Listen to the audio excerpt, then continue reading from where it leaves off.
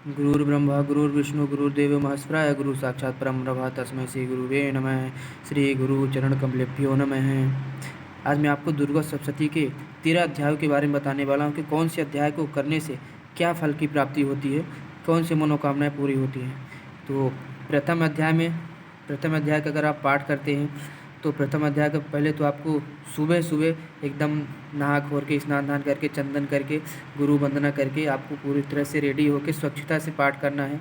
तो जब आप प्रथम अध्याय का पाठ करते हैं तो प्रथम अध्याय से इसके पाठ से समस्त चिंताएं दूर होती हैं। इससे शत्रु भय दूर होता है और शत्रुओं की बाधा शांत होती है।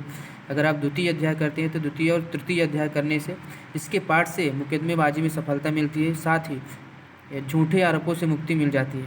चतुर्थ अध्याय, इसके पाठ से अच्छे जीवन साथी की प्राप्ति होती है। इससे देवी की भक्ति भी प्राप्त होती है।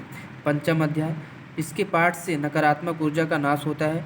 इससे भय, बुरे सपने और तंत्र मंत्र की बाधा का नाश होता है। छठा अध्याय, इसके पाठ से बड़ी बाधा का नाश किया जा सकता है। सप्तम अध्याय, इसके पाठ से विशेष गुप्त कामनाओं की पूर्ति होती है। सप्तम अध्याय से क्या होता है, इसके पाठ से विशेष गुप्त कामनाओं की पूरी होती है, कामनाओं की पूर्ति होती है। अष्टम अध्याय, इसके पाठ से वशीकरण की शक्ति मिलती है, साथ ही साथ नियमित रूप से धन लाभ भी होता है। नवीं अध्याय, इसके पाठ से संपत्ति का लाभ होता है, साथ ही साथ इसके नवें अध्याय में क्या होता है, नवें अध्याय का पाठ करने से इसके पाठ से संपत्ति का लाभ होता है, साथ ही साथ खोए हुए व्यक्ति का भी पता चलता है।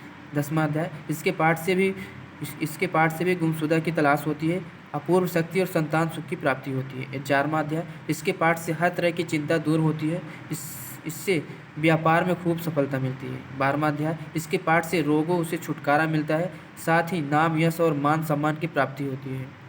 13वां अध्याय, इसके पाठ से देवी की कृपा और भक्ति की प्राप्ति होती है, साथ ही व्यक्ति की हर तरह से संकट से रक्षा होती है। तो ये रहे दुर्गा सप्तशती के 13 अध्याय, जिसमें 13 अध्याय में टोटल 700 श्लोक हैं।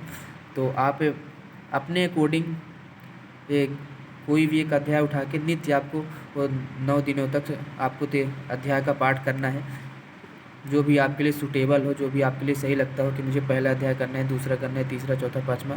तो इस तरह से 13 अध्याय में कोई भी एक अध्याय उठा के आप कर सकते हैं, या फिर अगर पूरे अध्याय को आप करना चाहते हो तो पूरे अध्याय को भी आप स्टेप बाय स्टेप कर सकते हैं।